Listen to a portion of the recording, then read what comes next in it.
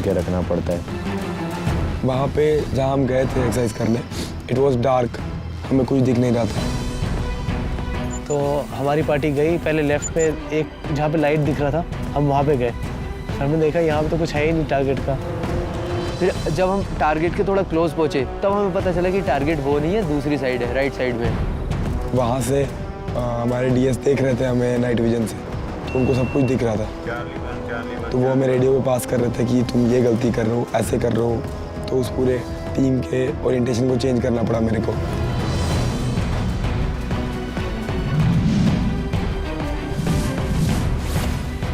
लेकिन प्लाटून को दोबारा एक साथ मिलाने की जल्दी में कमांडो रेड्डी के एक साथी ने ट्रिप फ्लेयर जला दी है।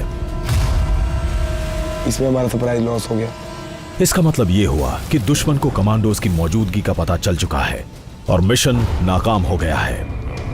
कमांडो ऑपरेशन का पहला नियम है, किसी को पता नहीं चलना चाहिए। इंस्ट्रक्टर ने ऑपरेशन नाकाम होने के बाद प्लाटून कमांडर कमांडो रेड्डी को बुरी तरह डांट सुनाई। फिर हमें लगा कि आज की रात भी काली है, आज कोई नींद भी नहीं मिलेगी।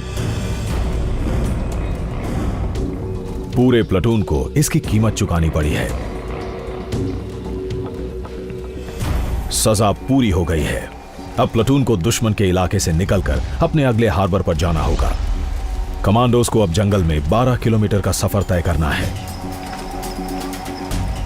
पिछले 2 दिनों में कमांडोज को सिर्फ 2 घंटे की नींद मिली है और इनकी शारीरिक क्षमताओं के पार जाकर इनसे मेहनत करवाई गई है। अब इस अभ्यास को शुरू हुए लगभग 42 घंटे बीत चुके हैं। कमांडोज अब हार्बर 3 पर आ गए हैं। कमांडोज को अब सोने का मौका दे दिया गया है।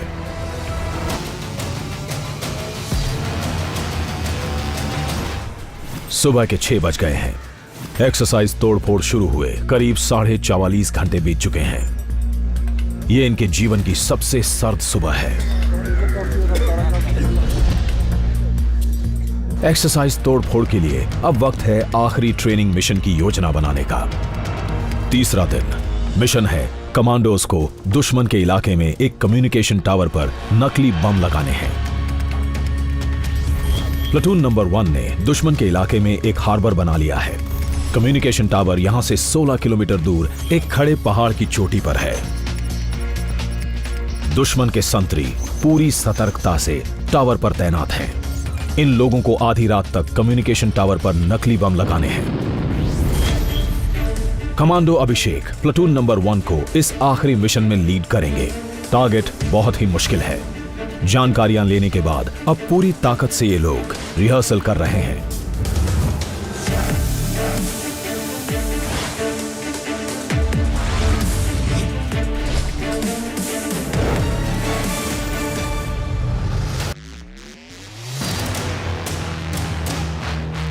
पिछले 52 घंटों में कमांडोज पर बहुत ही जबरदस्त शारीरिक दबाव डाले गए और ठीक से सोने नहीं दिया गया।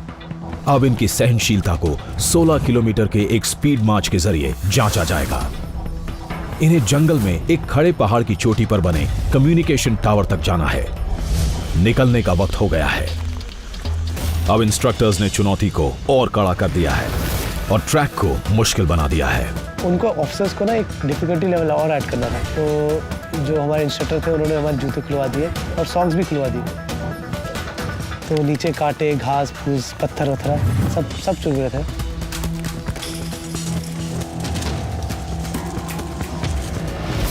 सूरज डूबने तक वो पहाड़ तक पहुंच गए, लेकिन चढ़ाई अभी बाकी है। इन्हें इस खड़ी चढ़ाई को घने अंधेरे में पार करना है और रात 9 बजे तक चोटी पर पहुंचना है। मतलब ऐसा कोई प्रोमिनेंट रोड ट्रैक वगैरह नहीं था जो हम पहले फॉलो कर रहे थे। एक पतली सी पगडंडी थी। बीच में आके थोड़ा लॉस्ट भी हो गए कि किसी को रास्ता नहीं पता चला कि अब यहाँ से कहाँ जाना है। लोग इतना चल चुके थे तो उनका फ्रस्ट्रेशन लेवल काफ़ी हाई हो गया था। ये फ्रस्ट्रेशन है। हमेशा आपको ऐसी सिचुएशन से गुजारेंगे, आप एकदम फ्रस्ट्रेट हो जाओगे। लेकिन मेन चीज़ क्या है कि इसको कंट्रोल करना है कैसे, ये चीज़ें कमांडो को सिखाता है। आखिरकार वो चोटी पर पहुंच गए। फिर कम्युनिकेशन टावर पे रात में क्लोज टारगेट रेकी के लिए भेजा गया। तो उसके लिए मेरे लिए काफ़ी मुश्किल हो गया था लोगों को उठाना। एक बार वो जाके वहाँ पे बैठे सो गए तो मुझे डिफरेंट कमांडर्स को उठाना था और लेके जाना था वहाँ पे टारगेट की रेकी के लिए।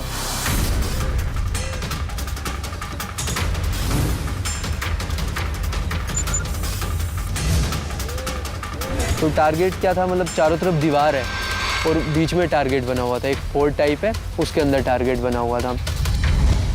फिर वापस पहुँचे, फिर मुझे अब टीम को इकट्ठा करना था कि सबसे जो मुश्किल काम था वो रेड करना नहीं है, सबसे मुश्किल काम है कि लोगों को तैयार करना। वो एक बार सो गए हैं, उनको उठाना कि चलो अब रेड करनी है। जब हमने रेड करनी शुरू की तो मेन काम था कि जो हमारा संतरी साइलेंसिंग पार्टी होगी वो सामने से जाएगी, तो फिर उसके पीछे हमारा जो सपोर्ट ग्रुप रहेगा। जो हमारी मेन असोल्ट टीम थी उसको हमने डाला गया, जो एक हमें छेद मिला था दीवार के अंदर कि हम उससे एंटर करेंगे और किसी को पता नहीं लगेगा, तो यही किया। लेकिन जाते समय उनमें से किसी का पैर ट्रिप प्लेयर पे लगा और जितना सोचा था उससे पहले ही सरप्राइज लॉस्ट हो गया। एकदम से उन्होंने भी धावा बोल दिया, जो सपोर्ट ग्रुप थी, जैसा उनसे कहा गया था कि सरप्राइज लॉस्ट होते ही सीधा अंदर आ जाना है। फिर जो संतरी टावर के पास में थे उनको न्यूट्रलाइज़ किया, बाकी संतरी पोस्ट को न्यूट्रलाइज़ किया और पूरे जो कम्युनिकेशन सेंटर था उसको सिक्योर कर लिया। अब टाइम था डेमोलिशन पार्टी का, उन्होंने उस पर जो एक्सप्लोसिव वगैरह लगाने शुरू किए। उन्होंने काफ़ी अच्छा काम किया, काफ़ी तेज़ काम भी किया। कमांडो अभिषेक की लीडरशिप में प्लाटून नंबर 1 ने जबरदस्त बारीकी के साथ ट्रेनिंग एक्सरसाइज को पूरा किया है और कम्युनिकेशन टावर पर नकली बम लगा दिए हैं।